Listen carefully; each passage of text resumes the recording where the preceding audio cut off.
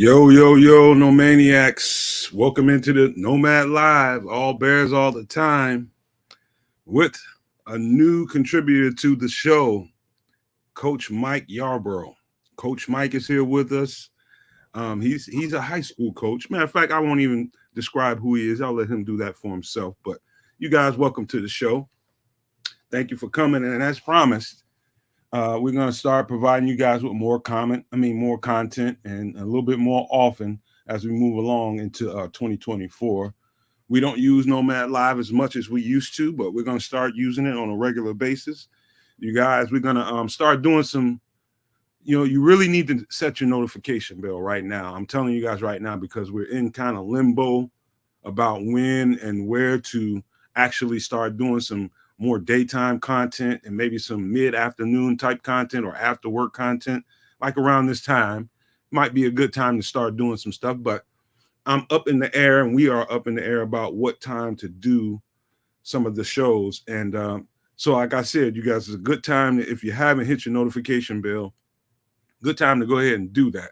And definitely, if you haven't subscribed, do that. Like the show, please do that for us, and it really helps us and tells YouTube that we're about something and you guys like the content. Well, with that said, Samo is going to join us here in a minute. He's on his way home from doing something with his family, and he's going to be popping in anytime now.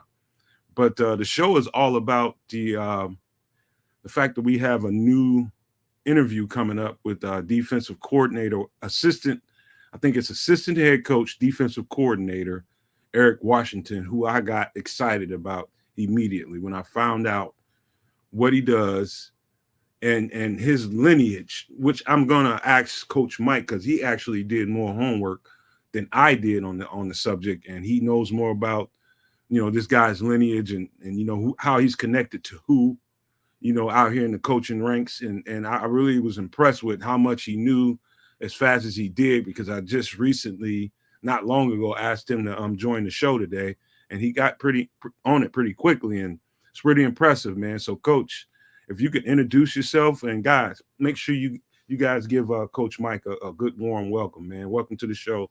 Treat him like family. But go ahead, Coach Mike. Tell him about yourself. I appreciate it, Nomad. I appreciate you having me on the show. So I'm from Omaha, Nebraska area. Born and raised in Illinois. Always been a Chicago Bears fan. I actually coach out here, coach high school varsity football, linebackers, and JV defense coordinator out here.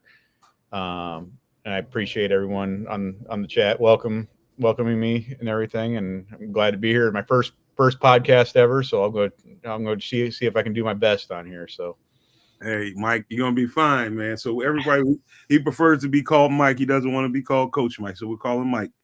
And so you're gonna be fine, man. This is easy money right here, man. So what I found interesting was Coach Mike. Mike, here I go calling you Coach again. Oh, you're fine. You're fine. Mike he found some things out that I didn't even know about Eric Washington, who I'm very excited about. So if you don't mind, just give him that little detail you were telling me in the green room about his connections and his lineage and what he's done so far. Yeah, definitely. So I'll probably be looking off and on. I got some notes over here. So other than his college ranks and everything, he started with the Bears in 2008 under Lovie Smith. I know 2008 and 2009. He was an assistant D-line coach under who I always say is probably the best D-line coach around. Rod Marinelli. So he learned from the best. Right. Then he took over after Marinelli left and everything. So in Chicago, he got to coach guys like Alex Brown, Tommy Harris, Izzy Adonijay, and Julius Peppers. And then he moved over to Carolina from 2011 to 2019 under Ron Rivera. So all these guys are coming out of about around the same group of coaches and everything. So some big guys this is one stat that I seen that really gets me excited with how he coached in Carolina, 2012 and 2013. Charles Johnson and Greg Hardy were two guys, one on the right side defensive end, one on the left side defensive end. And 2012, Greg Hardy had 11 sacks and Charles Johnson had 12.5 sacks. And 2013, Greg Hardy had 15 sacks and Charles Johnson had 11. So I look at that and it just gets me excited because, I mean, he must do a very good job with those defensive ends getting, double-digit sacks, So one's, we always talk about is this person going to benefit the other, the other person and everything. Well, that it looks like he gets the most out of every single one of them and everything. So, then he moved on to Buffalo from 2020 to now. And I mean, the guy that, stands out to me. I've always been a fan of him coming out of college. That could possibly, I mean, if he does end up being our defense coordinator, I mean, I know we're looking for an edge, probably a little bit of a vet, but AJ Espinosa is one that comes to my mind that might be a little bit cheaper. But then also, possibly drafting one as well. So, yeah, I got a list of guys that are up on maybe up for grabs in free agency. Man, they got a bunch. In fact, they got so many. Buffalo has so many. I don't know what their season is going to look like, what their drafts, what kind of draft capital they have. But man, they got some hard choices to make. Man, I don't know that team is going to look like it did in the playoffs this year against Patrick Mahomes and that group. Man, I don't know how they keep all of this. Man, there's key core guys in this list, and we'll go over them here in a little bit. The thing I like about it is not only his lineage, and we'll get into his lineage in just 1 second, but the fact that if you hire him, there are so many good pieces on the Buffalo Bills roster on the defense that are up for grabs. I mean, you can pretty much almost replenish your defensive line and secondary. Some of the guys that are on lower tier part of your depth chart. I mean, you can really replenish them with some really solid players, man. So, but we'll get into that in a second. But about his lineage, though, Mike, it's a lot of people, and you give Tony Dungy credit for his coaching tree. You give him all the credit in the world. But a lot of people don't know Monty Kiffin ran that defense when they got it done down there. And Monty Kiffin, it's Tony Dungy, then there's Monty Kiffin, and everybody falls beneath that. The fact that he's been around that coaching tree and in relation to what we do here and what we do right now in Chicago with the type of defense that we run is very encouraging. And to see where he's actually graduated that defense, you can say, as far as adding on layers to the defense, getting it more multiple, making the fronts more hybrid, much more hybrid than the Bears fronts are right now. You get probably 80% 4-man down with fingers in the dirt here in Chicago right now, as of right now with Flus running the defense. With him, you can see a whole bunch of edge rushers standing up, and it looks more 3-4-ish at times than it does a 4-3. So it's the way they get multiple and just it's a pure hybrid defense, and they're up at the top of the league in pressures and getting sacks. I mean, it's an impressive defense. Some people say the defense sucks. I don't think so. I think the middle of their defense suffered this year because, and I mean the middle, I mean by the second layer, the linebackers. Them letting Tremaine Edmonds go was a big shot to them in that defensive core, man. Not having that length in that secondary, I mean, in the middle of the field, and a defense made like this, probably made them look worse as a unit than they probably should have.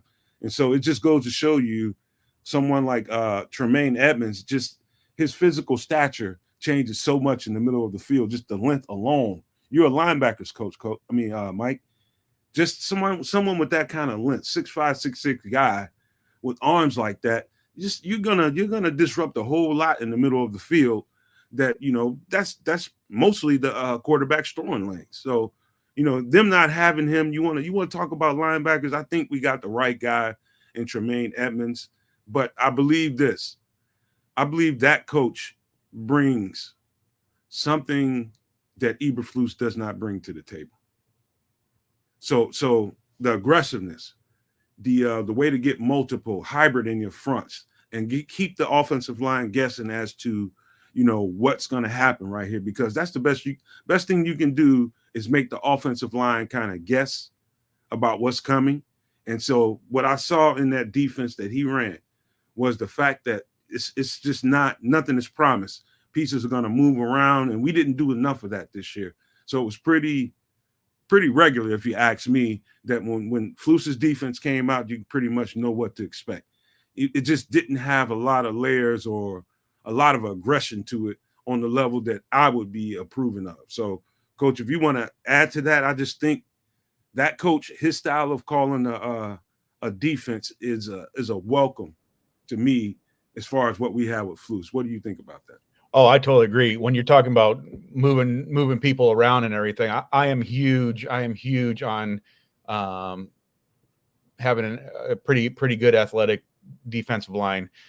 I don't have to, one of the things I don't have to do then is I don't have to send a lot of pressures. I know one of my buddies, he's big on why are we blitzing at these times? Why aren't we blitzing at these times? Well, the thing is, if you're getting to the football with stunting linemen, I mean, now you got your guys back in pass coverage that you don't need to put pressure on. I mean, yeah, you're going to send pressure, but that's what I love with Washington. Like you were saying, like you don't know what you're going to get. Like, am I going to have a 3-man line? Am I going to have a 4-man line?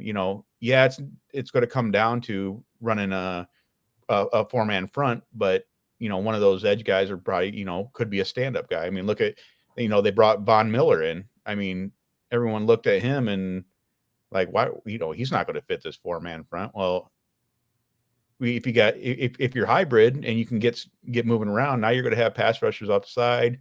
Like I said, stunt him, bring him from the side and come up, stun him to the A gap or whatnot. Cause I mean, you get strong, versatile, athletic guys like that. I mean, it's amazing. Like I said, I mean, and that's what Flus has put together right now is a great defensive line in my opinion. And like you said, Tremaine Edmonds is great back there. You got the long lengthiness of him. TJ Edwards, everyone. I mean, do I miss Roquan? Of course, but I think you watch how TJ Edwards play this year. I'm like, you got to be able to say like TJ Edwards did fantastic this year. Should have been in the Pro Bowl, man. He should have, yeah. I mean, a lot of our guys looking at the numbers and everything is amazing to me. Like how some of these players got snubbed for playoffs and everything. So, no, I totally agree with you with that. I mean, I think that defensive line is. I mean, if Washington's their man, I'm excited. Like I said, I am a big stunt heavy type of coach. I love moving those big guys around. I know they like moving around when they can. And then putting less pressure from your having to send a linebacker, all the time or whatever. So on those blitz heavy teams and everything. Yeah. I mean, here's when you have a piece like Tremaine Edmonds, when you can get multiple, when you can get hybrid on the 4 guys in front of him, whether it's 4 guys down, whether it's 2 guys down, 2 up, whatever it is, you want to stunt, you want to twist, any way you can be aggressive, it eventually is going to play in the benefit of those linebackers back, especially a long one, because the quarterback's going to have a tendency to feel pressed, and he's going to want to throw a ball that really isn't there, but he feels like he has to throw a ball, and you got that long linebacker out there like that. And to be quite honest with you, man, about the linebacker situation, Roquan Smith, there was no bigger fan in Chicago than Roquan Smith than me. And I can admit to myself, even though he went to Baltimore and became a Pro Bowler, we made the absolute right move. The absolute right move. Samuel just popped in. Guys, he just came into the house, man. He jumped in right when he could, man. Appreciate you for coming, Samuel. But I'm going to feed you right quick in a second. But having if you have a more aggressive front that has ways to get multiple and really provide pressure and different pressure packages from different techniques. I mean, I can go on and on about the ways that it'll benefit your defense, whether it's the second level or the third level. But the fact that you got somebody that's willing to be, it's perfect to me. A guy like Eric Washington that has the kind of mind that Eberflus doesn't. He's willing to be more aggressive than Eberflus is, and so to me, it's a yin and a yang, and you kind of need that for you. It's good to have a conservative mind, but it's good to also have someone that's very aggressive and willing to be forward. And so that's what I see in Eric Washington. I think he's the exact dynamic that we need as far as what we need to do as far as the defensive front goes. And I think the second and third level is just gonna. You think they ate this year? We bring a guy like that onto the coaching staff, and as aggressive as he is, man, they can do almost double the numbers that they did this year, and they did well. But Samuel just joined the show, man. What's going on, Samuel? What's happening? Hey, how's it going? How's it going, Mike? Appreciate it. Nice to meet you. All right. Yeah, just getting in from work, man. Thought I'd jump on for a second. You talking about Eric Washington? Yeah, Coach Washington, man. Yeah, I did a little research into him as well. Sounds like a great hire to me, man. What it sounds like is the Bears are in agreement with me as far as the defensive line coaching being below par for the past couple years and needing some help in that area because we now have two defensive line coaches who are candidates to now be the defensive coordinator. And two strong candidates, might I add, like guys who are producing some pretty good pass rushers. I really like what I'm hearing from Eric Washington, being a former Bears coach himself, coming from Northwestern to start his career as coaching the defensive line. Just like his philosophies a lot, man, as far as he understands what it is to rush the passer, man, and it not all being about one guy. Like he understands that the pressure has to surround the quarterback. He understands that, guys are going to free each other up if you're maintaining your gap and staying gap sound and just being disciplined, man. And I think I really like his demeanor as well. And he sounds like a good leader from, the way that the players talk about him. So sounds like a really strong candidate to me, man. I'm looking forward to it, man. Like I said, I would love for them to get some help coaching these defensive linemen. They do have a couple of free agents, and Leonard Floyd. Maybe he's a guy that can come back next year. And I know AJ Espinosa is another guy I think is a free agent. I'm about to feed you. I was just about to feed you, man. You jumped me a little bit, but that's all good because there's a bunch of names, man. And I was just telling Mike before you came on here, I was looking at the list of their potential free agents and pending free agents. Now, I don't know that they're going to be able to put together the team that they had this year and be able to perform at the level they performed at. If they lose, there's going to be a number of them that's going to be gone. They have no choice. They can't sign them all back.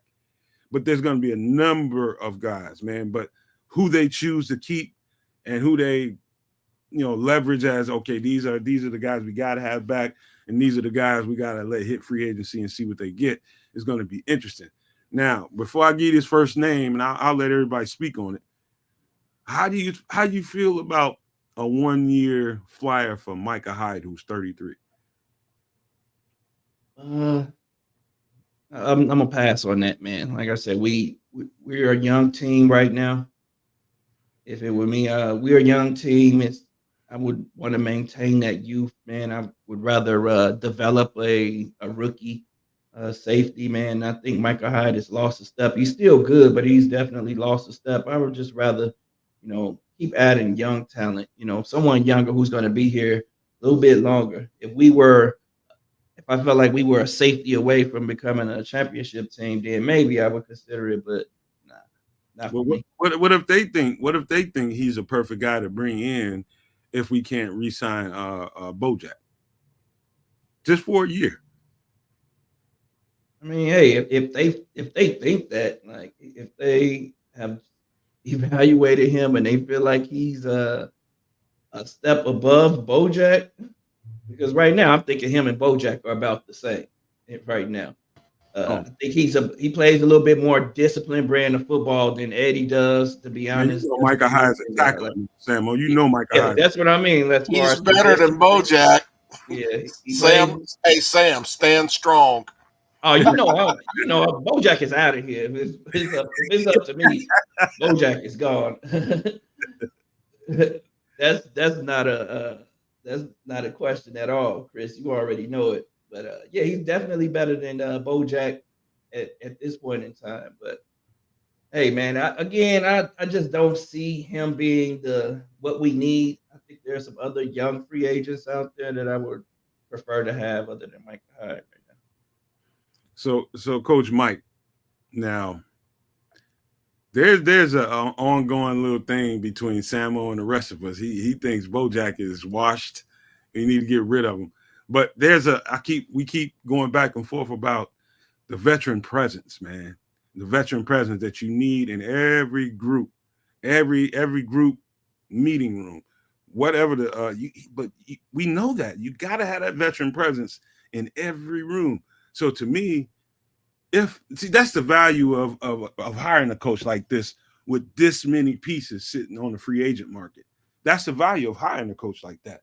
The value is knowing that if you bring this guy in and let him coach your defense, this is the kind of talent he can string along with him and lure along with him to add value to your team. And so I look at every team around the league, but they have so many names that they are in a serious conundrum. We're going to go through a bunch of them, but what do you think about Micah Hyde?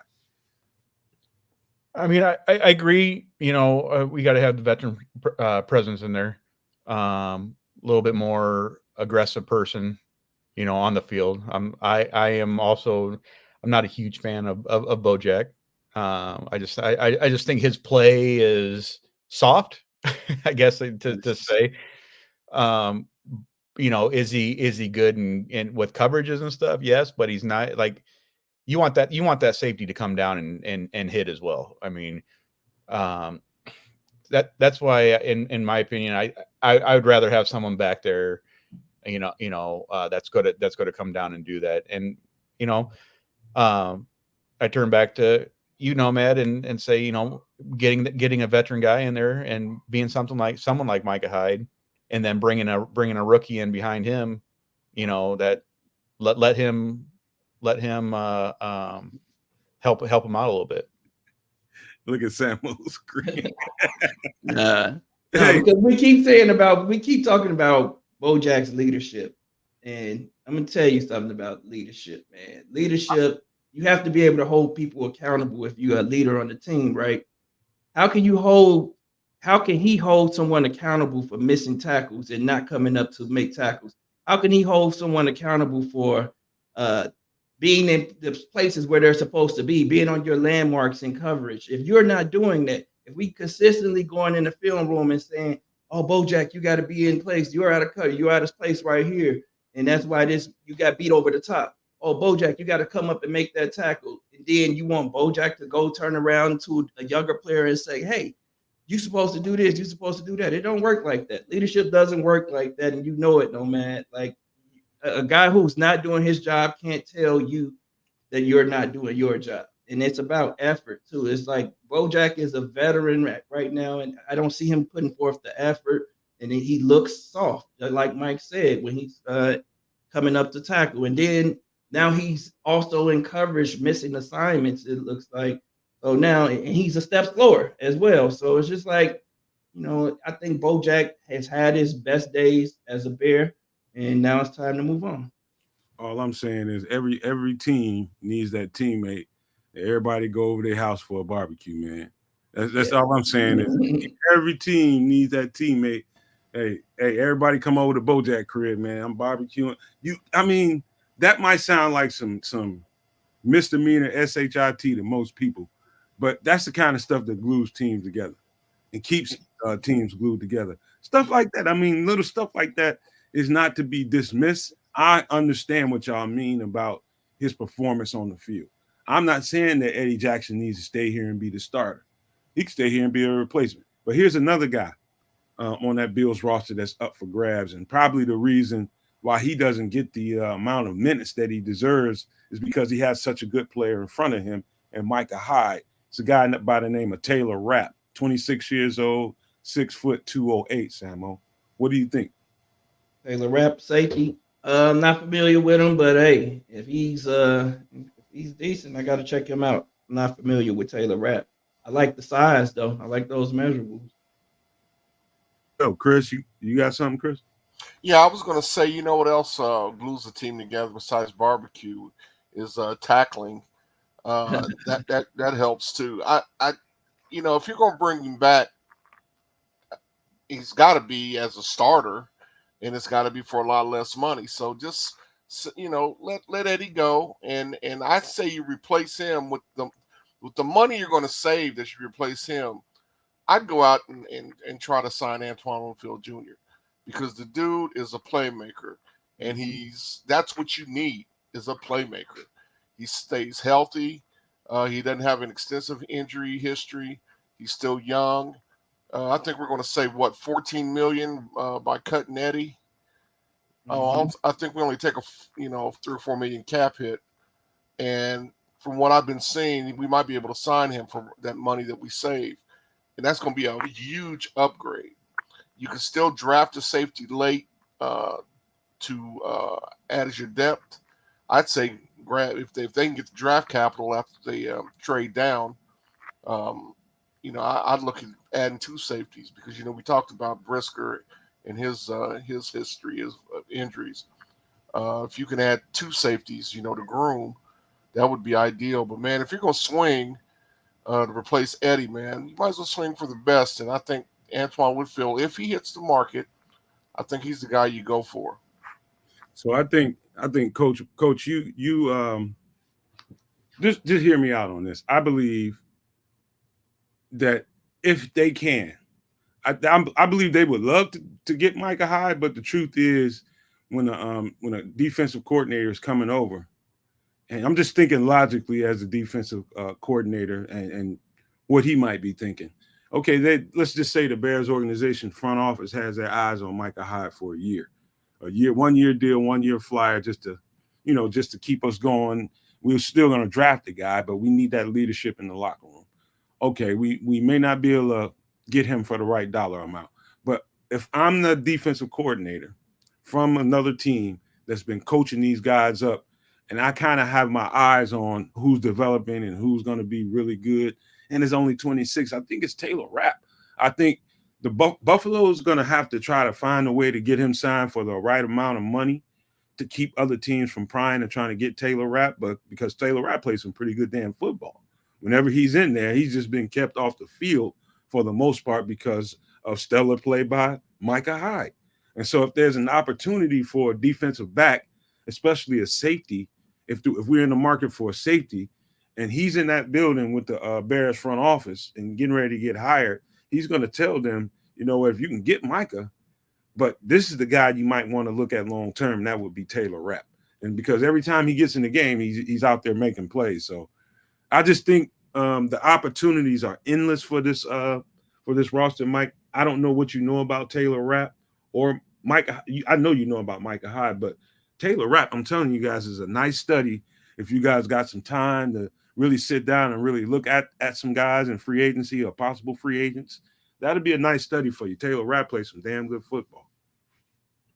Yeah, I mean, one of the things too. I mean, if he can come in and lead, I'm not much. I don't know much on Rapp, but one of the big things is bring a guy in that knows how Coach Washington coaches, that knows his type of system. He's that captain back there for the back DBs and everything. If Rapp can do it, I mean, and you want to stay young, yeah, go after Rapp. I mean, shoot for that. But I mean, I see that because I mean, not to bump over to the offense, but like with the Waldron hire. I mean, what's not best if you need a center, go after the leader of the offensive line and go after Seattle center that can lead that offensive line on what he does. So I think it's just that, I mean, I think Micah Hyde would be good as a leadership role back there, and be able to help an up and coming rookie or rookies coming up.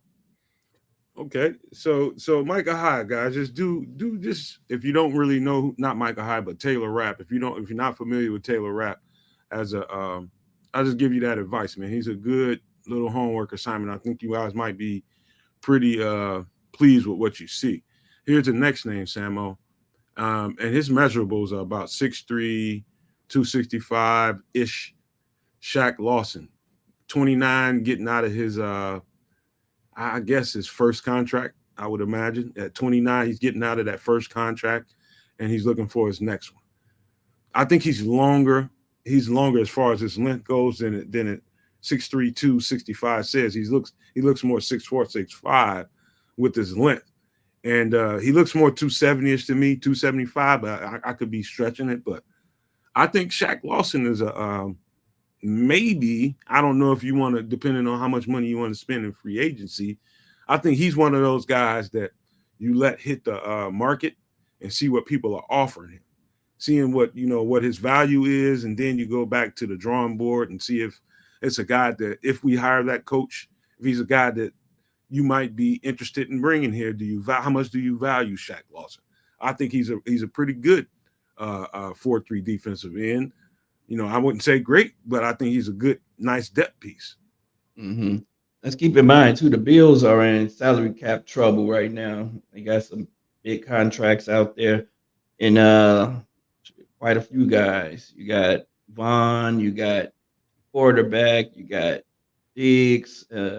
I think they're over the cap right now, and they have a lot of free agents. And Shaq Lawson is a guy I thought was going to be really good when he came out of college, man. I think he come from Clemson or something, I want to say.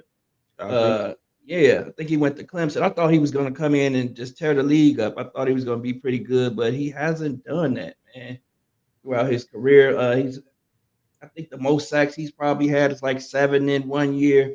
Not really a lot of sack production from him. I think he's only like less than 30 for his career or something. But they're in salary cap hell, and he does know the system, so he might be a guy that comes in and on a 1 year deal or so, and get an opportunity to be a backup here and as a part of the rotation. But if I'm picking from the guys, it's going to be the other guy that I'm sure you'll talk about in a second. What do you think about? Excuse me. What do you think about Shaq Lawson, Coach? I mean, Mike. So I think Shaq, for some of the games that I've seen him, he's, as we were talking about, being versatile on the, you can stand him up, you can, because I know he's been in that. I know we call it 3-4 or 4-3, whatever. To me, it's all the same. I mean, it's just how you line them up and everything. So,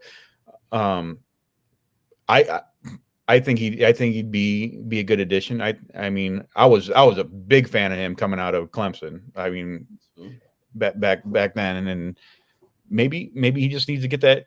Maybe he needs a different, maybe change the scenery, and get out there. But I mean, he's the longer type. I think he would fit that mold that they're looking for.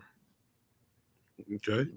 What about? I think he would be the second guy as far as the edge rushers go. But your guy, let's just start with you, Coach. I'll keep calling you Coach, man. I can't help it. You're fine. It's just naturally when I hear a coach, I gotta honor that, man. But AJ Espinoza, he is. Let me look at these measurables here, so I'm very accurate as I can be. 6'6", 260 pounds. See, now when I look at him on tape, he looks about 260, but that length is for real. And you know what? I'll let you go, Coach, because I did it again. You feel pretty good about AJ Espinoza because of what you think might be his price value.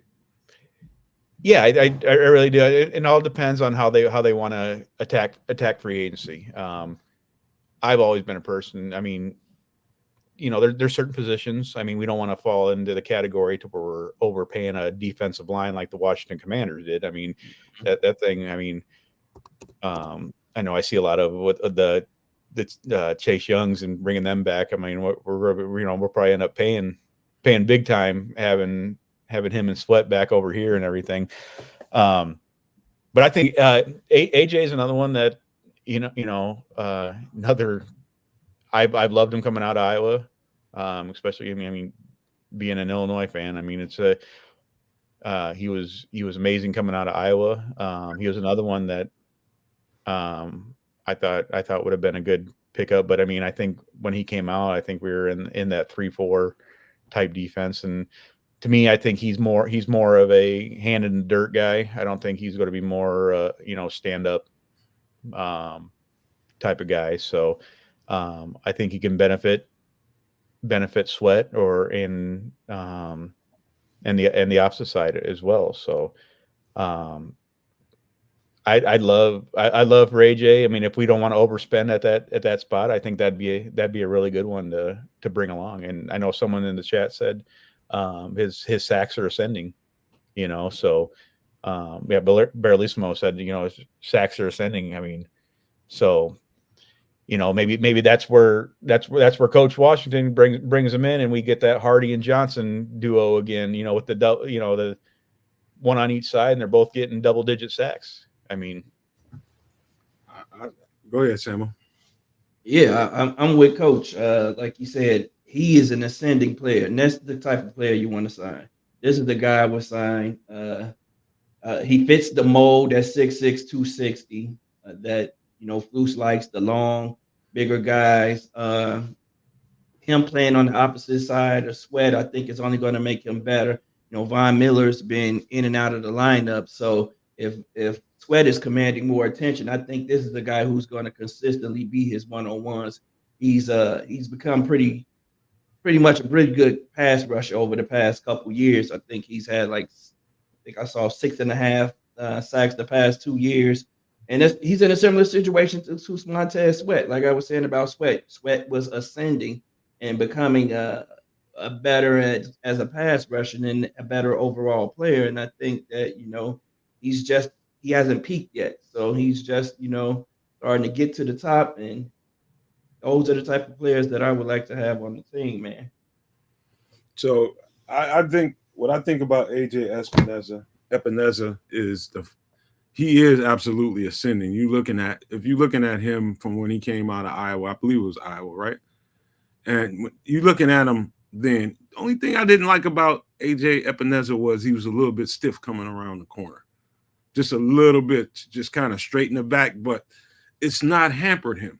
He's still been able to turn that corner one way or the other and make hay at getting after the quarterback.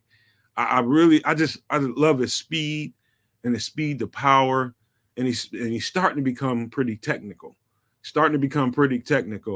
And because that defense that they run in Buffalo is so hybrid, you just don't know what kind of what he's going to do coming off the edge when he's putting his hands in the dirt. I've seen him jump back and go back into coverage after having his hands in the dirt. I've seen him do the same thing going off of a 2-point stance. He's one of those guys. He's like a cat out there, man. You don't really know exactly what you're getting from him, and I think he's constantly stuffing tools in his bag right now. So I think ascending was the right word to use when it comes to AJ Epineza, man. I just every time I looked at the videos, I'm just like, damn, I didn't see him do that the season before. Now he's doing it. Like, he's adding stuff to his bag, and I think it's a good time if you can't go and get that other premier edge rusher. I think that's the kind of guy that you can, if you bring a coach in like this, and he's got the MO of this guy's work ethic and how he's improving in practice and what he's adding to his repertoire, who would know it better than Eric Washington right now? You know what I'm saying? So to me, if my eyes are telling me the truth, I think he's a player on the come up, man. He really is, man. And I like some of these other big names, Brian Burns, Chase Young. I love it. But if you can get a guy that's budding on being he's productive as hell. That's number one. He's productive as hell. If you can get a guy that's as productive and can bring similar or better numbers, and you can get it for cheaper, of course you're going to do that as a smart business person. So I would not be surprised to see if they don't re-sign that guy. I think they're going to need to. If I'm correct, they're going to need to give that guy some money. It just depends on how much he's going to cost on the open market. So I just love to see what happens with him. The next name, and this coach had to be integral in bringing this guy on board. It's one of our former players, Leonard Floyd, 6'5", 240. I have seen Leonard Floyd become a man on the football field since he left Chicago. And I'm just proud of him. And I think, to me, it's the perfect story. Leonard Floyd is not going to cost you a whole lot of money. He's going to cost you a little bit, but he's not going to cost you a lot. But I think he's a perfect redemption story for someone who came to Chicago with such heralded expectations, and to leave here the way he did and develop and have Bears fans kind of like wish. I think it's a perfect story, Samuel. I would love to see him back in the Bears uniform. Yeah, I would too. Like you say, it's a great story, man. The career comes back full circle to the team that he drafted him, man. He can come lead us back to the playoffs, man. Like, that'll be really good. A really good story. He's developed a lot now since he's left LA and now over in Buffalo with the Bills. I think he still has a lot of juice left in the tank too. So not going to cost you a lot either. So that's also a good thing, but it's definitely going to cost the Bears. But these are the bargain signings, I would say, as far as edge rushers, because edge rushers are that's a premium position, and they're always overpaid. The good thing about it is this year there's a lot of them hitting the free agent market, so someone's going to have to take a little less of money. So, and if I think it's going to end up being a guy like Leonard Floyd. So, yeah, I would be with it. What about you, Coach? Oh, Mike, I did it again. I got to get off of that. I'm going to put Coach on my name there for you. Maybe when I come on, I can actually be the fan coach on there. So maybe that's the football player in me. Once I know you're a coach, everybody's coach. No, I always loved Leonard Floyd.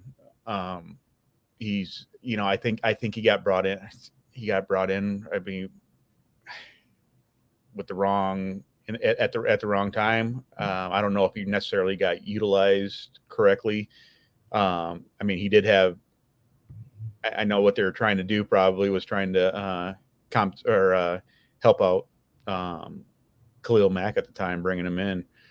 I was just looking at some of his when we were talking about him. Looking at some of his times here. I mean, he's did pretty well. I mean, he just, with the time with Chicago, I mean, he was really low on sacks, and then he moves on and starts off with the Rams, and he's double digits, 10.5, 9.5, 9, and then he's back at 10.5 again. So I think you pair him up with that, you give him that defensive that guy who can coach him right. I'm not saying he wasn't coached right, necessarily with the Bears, but you put him around someone like that and can utilize his abilities to how they need to be utilized. I mean, that you're going to get production out of them. You're going to see what they have. So yeah, you know what, Muck the general is he said Floyd is over 30. Yeah, but you look at that guy on the field. I think you almost be cheating his value by looking at what his age is. I think it's the fact is that he is over 30, Muck, and you are right. I mean, that's to be considered. But I don't think Leonard Floyd would be coming in here looking for a 4 or 5 year deal. I think he'd be coming in here on a 1 or 2 year deal. And the way he's playing right now, it's like his game is just matured. To be quite frank with you, if I'm looking at Leonard Floyd and I'm being honest, I'm thinking he's pretty much at his apex right now. He's at the top of his game at 30 years old. And I think he can stay at the top of his game for at least a couple more years, for minimal for a couple more years. I think he can go probably another 3-4 years, maybe. But I think looking at his age, I think, you know, when you're in contract negotiations and when it comes to stuff like that, and you're sitting in the room with agents and lawyers and stuff like that, they get to use that kind of stuff against you. But as a fan, as you are, Muck, I don't see 30 when I'm looking at that guy on the field. I don't know about you, but I do not see 30. I don't know about you, Sam. Do you see 30 when you see that dude play? Nah, man, he's kept himself in relatively good shape, man, and he has the body type that's gonna be playing up until, you know, he still has at least 4 or 5 more years in this league that he can still play.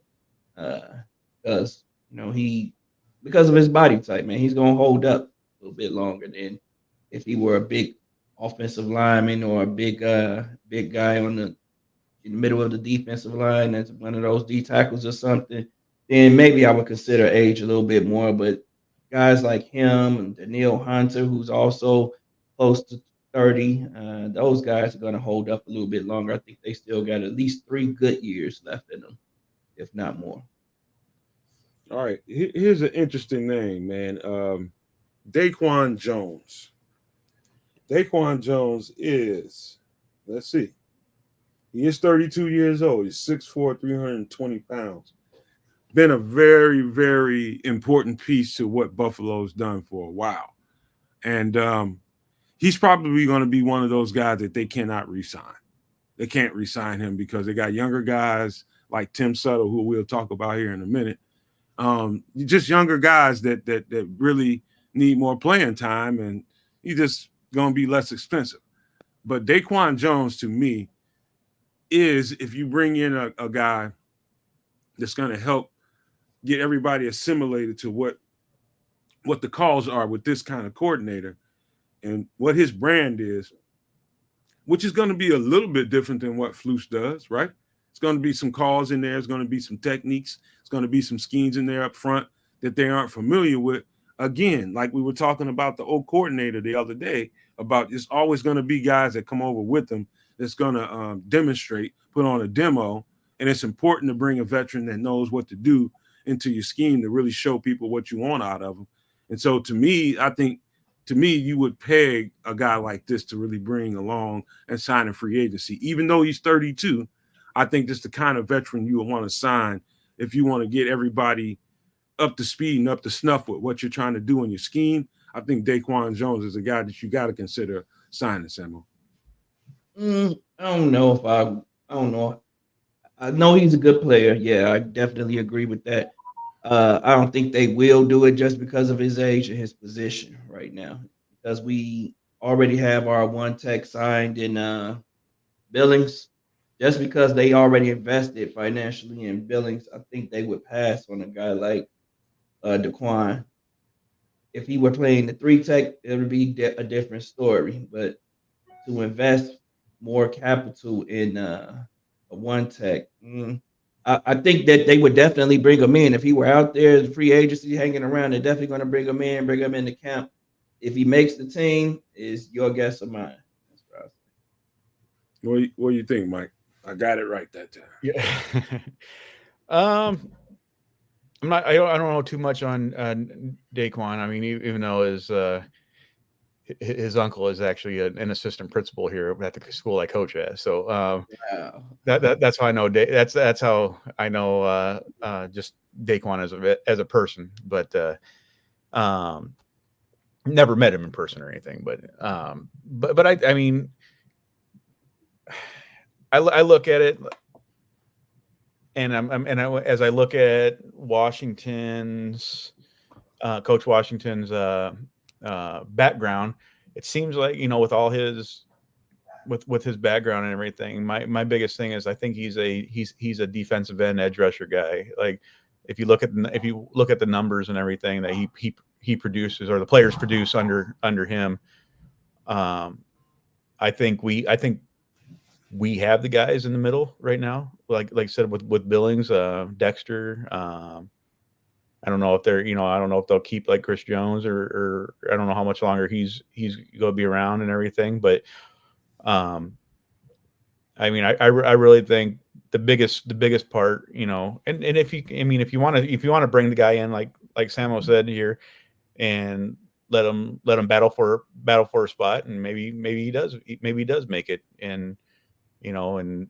they want, you know, maybe they want to be a little defensive tackle heavy, and you know, do more subbing or whatnot. I mean, if he'd be a decent one to do. I mean, I just think, you know, I think Coach Washington, if he got the position, I mean, his biggest thing is going to be those edges, you know, and you know, he's going to be coming off the edge. Or yeah, did I say Chris Jones? I'm sorry. Yeah, We knew, we understood.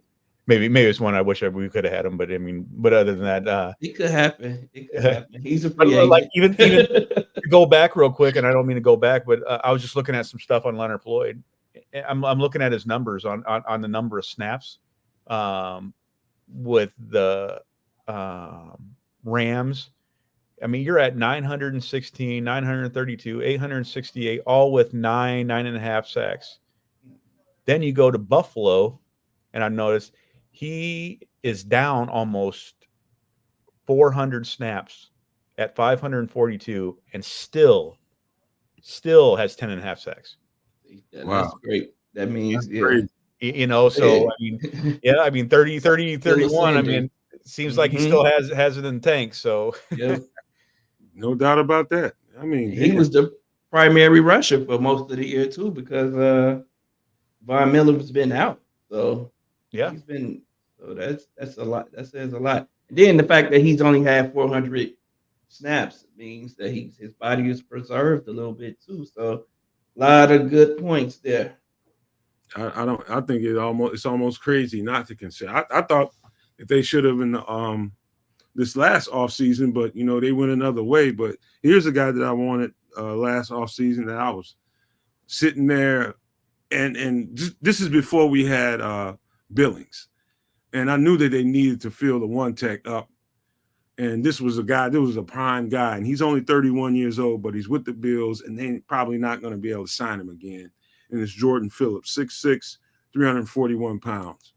He's the epitome of what they want as far as size, length, and strength at one tech to three tech. He can play either.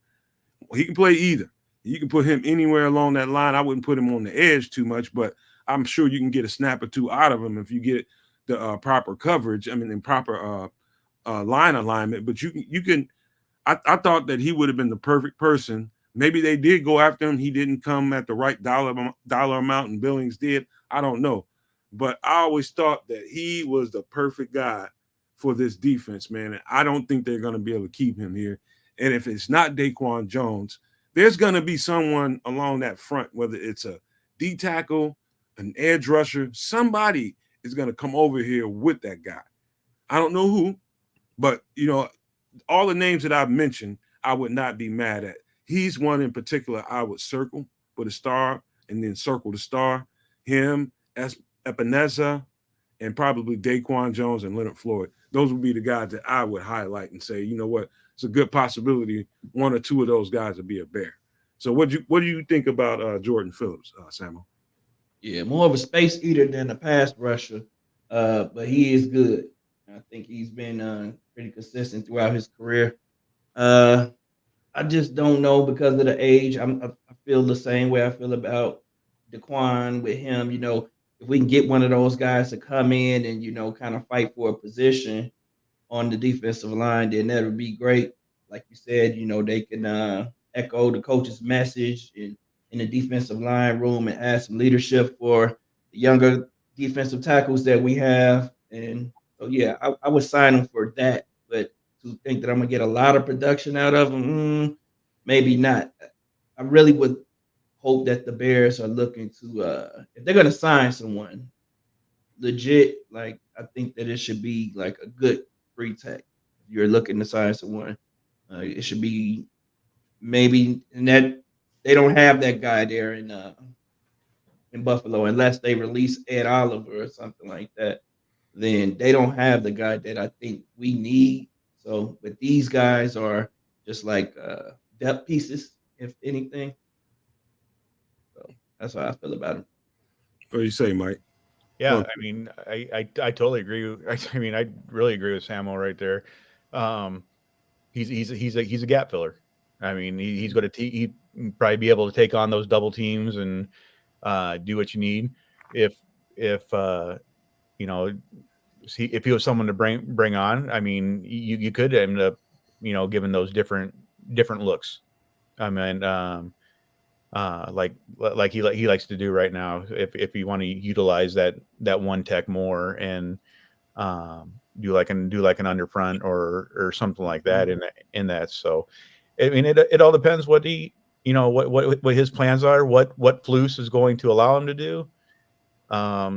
That's the big question. Yep. I think as a defensive caller, it's going to be hard to turn it over. But I think, and we talked before, I think. Do you think he should? He's got to. That's the hardest thing for a defensive guy to do is give up the play calling duties and give up control of what he does. I think he should. I think Flus needs to turn into. And you might think I'm dumb on this, but he needs to start turning into. And I told you this before, when we chatted earlier, is a Mike Tomlin or a John Harbaugh. Manage the game. Let your guy. You're bringing in guys. Okay, now you got an offensive guy that has the experience. Now you got him. Okay, let him coach the offense. Don't tell him to let up. Don't tell him to take his foot off the gas. Tell him to keep on pushing. And you bring in a guy, with and you may have to coach him up a little bit, saying, hey, this is kind of what I want. If but go ahead and sprinkle your stuff in as well, and give him the opportunity. You're bringing him in for a reason. Don't just bring him in to be a figurehead. Bring him in to help you be better. You worry about managing the game. Because that's one thing. I think a lot of people are looking at. Oh yeah, Flus is a great defensive play caller. Yes, head coach, I don't know. And I think he brings those guys in and turns them loose, like Tomlin does, like Harbaugh does, and he just manages the football game. I mean, I think you're going to see a lot more. I think you just hit the nail on the head, Chris. I'm gonna hand it to you in just a second, but I gotta speak to what he just said because, just being willing to give someone autonomy and to, at the end of the day, I think he's right about you need to take a step up in your presence and be like the management of all instead of the coach of. You know what I mean? Give the guy you hired the autonomy to throw the darts that he chooses. You can give suggestions once in a while. Hey, I wish you would have thought about maybe doing this on this down and distance. Once in a while is fine. But, to be in there and be overly involved because you don't like a player or two here and there, I think that comes to, and somehow I got a strong feeling that that's going to be the hardest thing in the world for that guy is to not do that. But I think if you're going to bring a coach in who I think is disqualified, I think you have to leave that man alone, stay out of his room, go in there when you give him notification. Oh, hey, I'm going to come in there when you guys are talking about this. And I just want to come in there and give you 2 cents.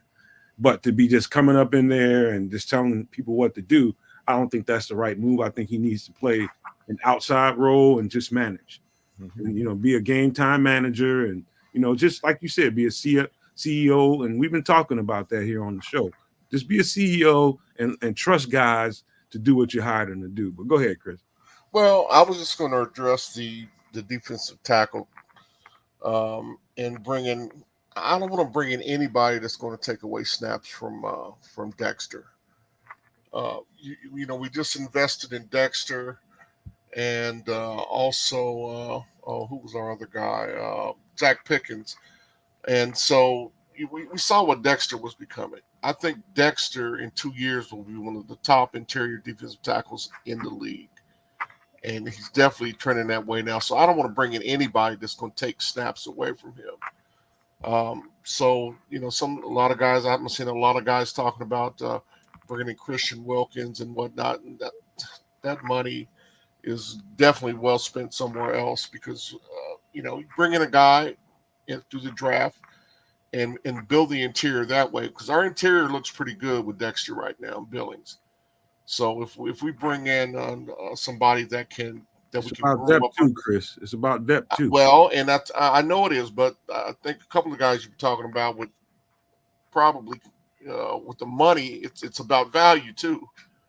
So the money that you're going to spend to bring in a veteran, some of those names would probably cost you more. I don't think you're going to be able to get those guys at a veteran minimum. So I just don't want to take anything away from Dexter. I think Dexter's going to be a superstar, or he's going to be a star. So that is all. In the proper hands, Dexter is still developing, and that's why I think it's important to get a coach like Coach Washington or Coach Williams, the other defensive line coach that came in here, because yes, Dexter was playing better towards the end of the season, especially on passing downs, but on run downs, I saw regression towards the end of the year where he was getting pushed off the ball a little bit. So I think for him, he just needs to continue to develop. Yes, I absolutely agree. I don't want to take a lot of snaps away from him, but I do feel like we do need a veteran 3-tech in there. We have to have a veteran in there that's going to show him the way. Someone who's been in the league for a while, who understands the position. I think he would benefit from that. I'm not saying bring anyone here on a long-term contract, but a 2-year contract, and maybe that person becomes a part of a rotation after a year or two. If Dexter is now ready to be the starter, and things work out that way. As far as the coaching thing goes, though, I think Mike is right about, Luce has to learn how to be a head coach, man.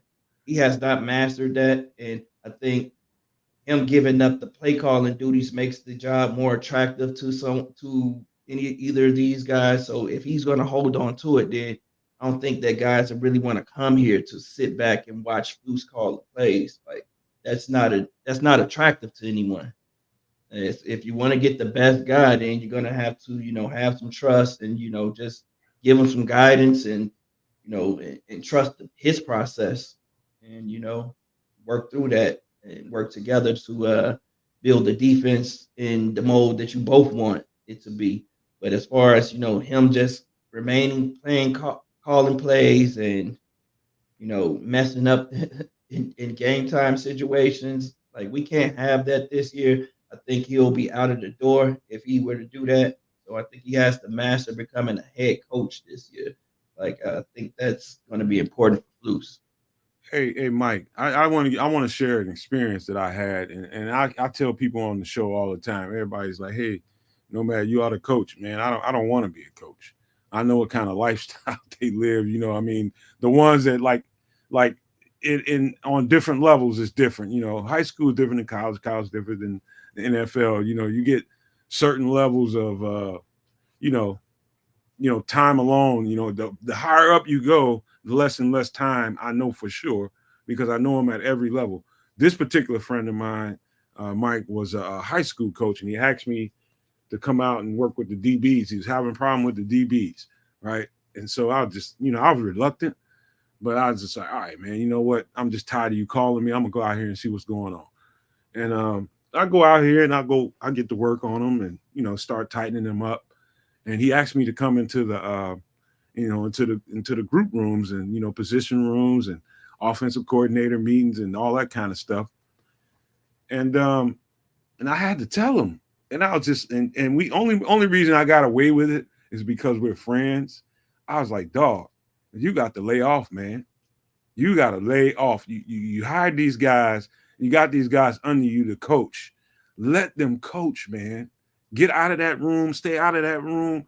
And don't go in there unless you've been invited or unless you gave that man notice. But just bust up in there and start telling people what to do. And you're doing this wrong and that wrong, man. You just undermining that guy.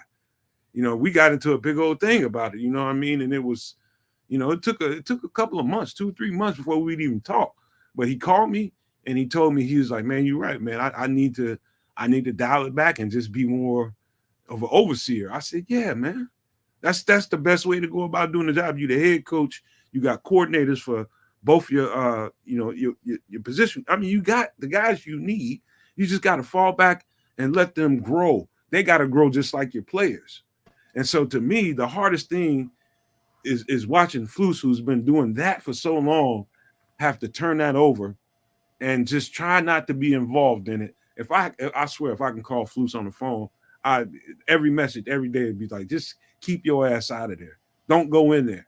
Let them do what they do, man, and just leave it where it is. And so I see you jumped in there, Chris. You got some thoughts? Yeah, I was going to say, if you want to call Flus, I got his number. Oh, and also I wanted to say it's time for a station break.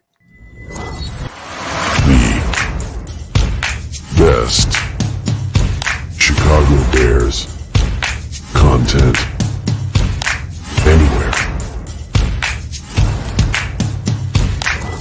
Catch Nomad live pregame 1 hour prior to kickoff, and Nomad at night postgame, and every Friday evening at 7 p.m. Central on all the most popular streaming platforms, and only on the Nomad Network. A to the men. Amen. Amen. If you came into this show and you didn't hit the like button, man, you're bogus. You should have at least did that. It's like wiping your feet on the rug before you come in somebody's house. At least hit the like button if you like the content. But subscribe if you like the content that we brought today and any other content that we provided thus far. Do that for us, man. Ask your friends, ask your family, and that includes you, Mike. Please ask your family and ask your friends to subscribe to the network, even if they don't like it. Just ask them to jump on in there and do us that favor. And guys, don't forget to hit your notification buttons because we're going to be putting out more content. We're going to be doing sometimes daily podcasts and pop-up podcasts. And so you won't know about it because it's going to set outside our normal schedule. Please hit your notifications button after you subscribe so you know when we're going to be putting out new content. That is right. And before I know we can get long-winded, especially me when it gets to a certain subject that gets particularly, it gets warm inside of me when I get to talking about my guys and, when they coaching. I love what they do, but I know how coaches operate, man. And I know that it gets coaching, warm. Did you say it gets warm? Man, I love my boys, man. I love y'all, man. Y'all my boys too, man. But it's don't everybody get passionate, Chris, man. Everybody get passionate, man. But you gotta know it's love in the middle of that, man. It's love in the middle of that. Warm love. That's right, man. But hey, just knowing what Flus I know he's got to go through, he's got to hire that guy. He's got to hire a guy. If they wouldn't be in this long in the hiring process, if they weren't intent on signing the defensive coordinator, Flus, I don't think we'll be calling the plays. Samuel, what do you think? No, I don't think he'll call plays. I think that it'll benefit him not to call plays because it'll allow him to focus on being a head coach, like Mike said, man. And I think that's where his focus needs to be, where he's the overseer of the entire organization's all the coaches, as far as making sure the offense is running well, the defense is running well, and special teams. He can go into those different rooms and not just focus solely on the defense this year. What do you think, Mike? Yeah, I mean, I really think he just needs to turn it over. I mean, watching him on the sidelines, having to do all that stuff, he looked like at times that he was getting frustrated, frustrated, but he was getting, like, you could see it in his face, like he like, oh shit, I don't know what to do here, Overwhelmed. Yeah, overwhelmed. There you go. Exactly. Mm-hmm. Now you just sit back. You sit back. Let your guys do what you're paying them the big bucks to do. I mean, Jay Grizz wants to know. Hey, he wants to know, Nomad, when's the barbecue at your house for the Nomaniacs? It's great for team continuity and chemistry. How about this? I got the perfect answer for you, Jay. How about this? Help us get to 1,000 so that we can monetize. And fund and do the things that we've been telling you we want to do. I will absolutely put the money together and try to get these guys together. You will never, ever see me because it's part of my shtick. Part of me being me is to be somebody that you always wonder who the hell is Nomad? Who is Nomad? You're going to always wonder that, but I will absolutely put together something so that everybody can get together and you can get to know the Nomad Network team. I will absolutely put something together. But help us get to 1,000 so we can monetize. We got Senior Bowl that we need to try to fundraise and get to, and we need to get the funds together to do that. We got to, man. We need to put people at the Senior Bowl and at the Combine. It's all the stuff is coming up fast, and we just need support. And so I will absolutely fund that. I will absolutely fund that in a heartbeat. He wants that barbecue, man. Some of that barbecue. You do squirrel, don't you? Possum. Possum? Oh, I know you make a mean barbecue possum. Yeah. Keep him grinning. Yeah, man. That's Chris is right, man. We're gonna be putting out more content as we said that we was gonna do. We're gonna hold up to that promise. We got tomorrow's shows coming up. Is gonna be D tackles. So you got your 1 techniques and your 3 techniques, and who do we think are the best fits for the Bears, man? And tonight we're gonna probably get together and try to finalize this list and come together about what we're gonna present to you guys tomorrow. And so that's going to be at 8 p.m. Central tomorrow night. Hopefully, Mike will come back with us and we'll enjoy all this football stuff together in these D tackles, man. I love the 4-3 defense because I was a part of it in 2 parts of my life, in my high school career and my college career. So I know this stuff, and I know that's the engine.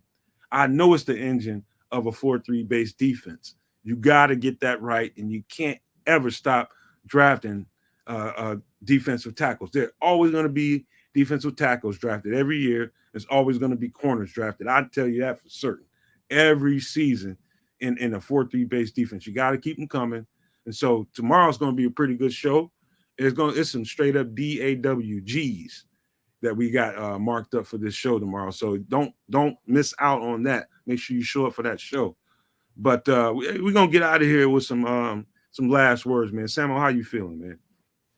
All good. Appreciate everybody for popping in. Looking forward to tomorrow's show. Thanks, Mike. Did your thing. Looking forward to tomorrow. Go ahead, Mike. All right. I appreciate you having me on the show tonight. I mean, it was fun for my first time on this, so I'd be more than happy to jump on once in a while and talk Bears and everything. So appreciate you. Go ahead, Chris. Hey, I was just going to say, tell Coach Mike. We're just going to go with Coach Mike, okay? There you go. Is that okay? You might as well change it up, man. Yeah, you might as well change it because we're there already. But I did want to tell you thanks so much for coming joining us.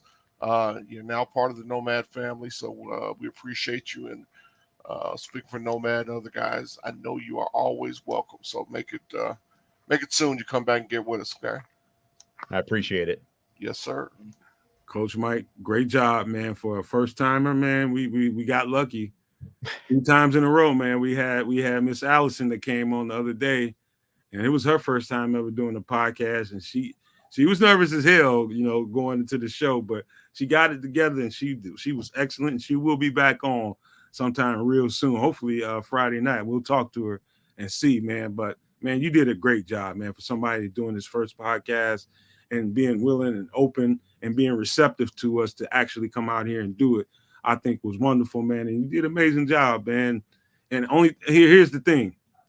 It's only going to get better the more and more comfortable you get, the more and more, especially when you start getting prepared for whatever the subject matter is, you're going to get more and more comfortable. And after you watch, I guarantee you'll watch this show, and I guarantee you're going to be overly critical of yourself. Like, I wish you're going to find stuff that you wish you'd have looked better, said better, or whatever it was. But don't be hard on yourself, man, because it's just, if you keep cracking at it, you're just going to eventually get better. It's just reps, man. That's all it is. You're a coach. You know what that means, man. So I'll just say this to you again, man. Great job.